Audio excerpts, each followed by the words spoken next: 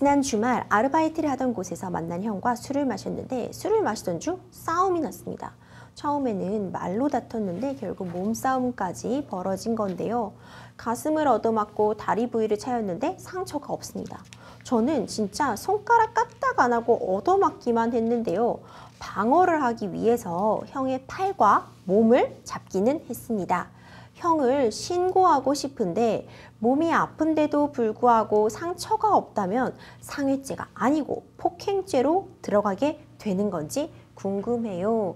이런 사연이 접수가 되었습니다. 사연 어떻게 보셨어요? 조금 억울하신 부분도 있을 것 같아요. 예. 그런데 요즘 이런 폭행 사건이 굉장히 많아서 좀 안타깝습니다. 네, 그렇습니다. 일단 싸움은 난 거예요. 싸움이 났는데 네. 상담자가 신고를 원하면요. 일방적으로 좀 맞았다는 증거를 찾는 것 가장 중요하지 않을까요? 네, 술을 마시던 중에 싸움이 나서 맞았다고 하셨으니까 가게 안인지 지금 가게 바깥인지 저희가 정확히는 모르겠는데요. 가게 안이라고 한다면 가게 안에 혹시 CCTV는 없는지, 예, 그래서 확인이 될 수 없는지, 그리고 가게 바깥이라고 한다면 요즘에는 또 방범 CCTV가 생각보다 많이 있잖아요. 네. 그래서 그런 부분을 확보할 수 있다면 서둘러서 확보하시는 것이 좋다고 생각합니다. 근데 이제 방범 CCTV든 가게 안의 CCTV든 그런 보관 기간이 굉장히 짧고 법으로도 오래 갖고 있게 하고 있지 않기 때문에 확보하시려면 좀 서두르셔야 될 거로 생각이 듭니다.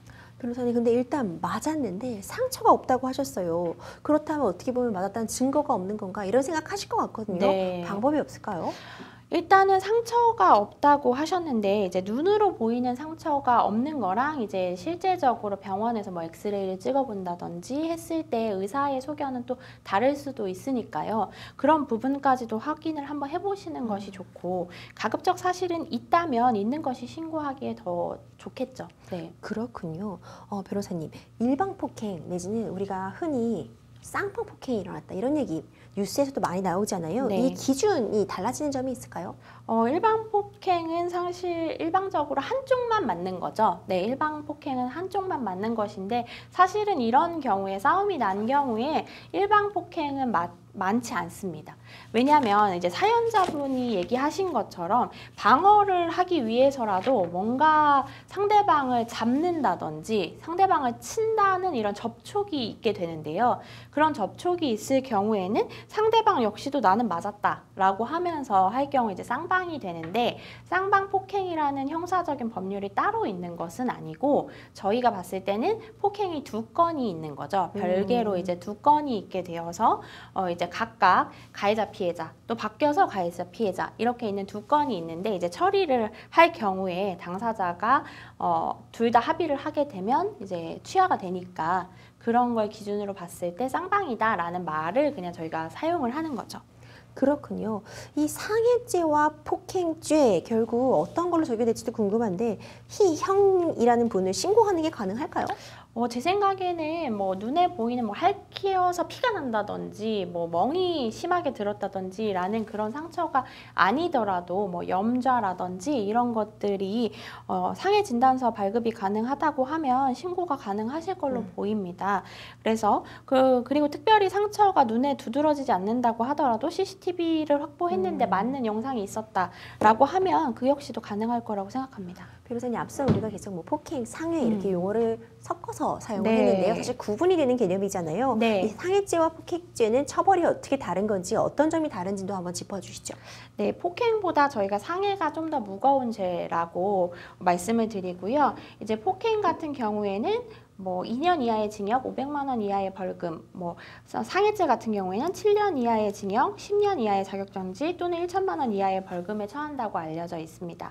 규정되어 있습니다. 그리고 가장 두 개의 큰 차이점은 뭐냐면 이제 폭행 같은 경우에는 폭행의 고의 역시도 요건으로 들어가 있지만 상해는 이제 진짜로 신체에 어떤 상해를 입었는지 여부를 중요하게 보고 있습니다. 그래서 보통 상해죄로 의율하기 위해서 상해 진단서를 제출을 하죠. 그리고 또 하나의 큰 차이점은 폭행은 당사자가 이제 취하를 하면 아까 말씀드린 것처럼 뭐 쌍방인데 서로 취한다라고 하면 없던 일이 되지만 상해는 피해자가 취한다고 해서 없던 일이 되는 것은 아닙니다. 그렇군요. 뭔가 좀 상당히 애매한 부분은 분명히 있어 보여요.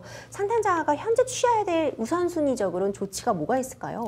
일단은 CCTV 확보하시는 것이 제일 중요하다고 생각이 듭니다. CCTV 상으로 이제 맞는 장면이 나온다면 그보다도 객관적인 증거는 없으니까요. 네. 그리고 상대방이 역시도 폭행으로 우리를 고소할 수 있는 가능성도 있다는 생각도 들거든요. 접촉이 있었다는 부분을 당사자도 인정하고 있기 때문에 그런 부분에 대한 방어를 위해서도 역시 CCTV를 확보하는 것이 제일 시급해 보입니다.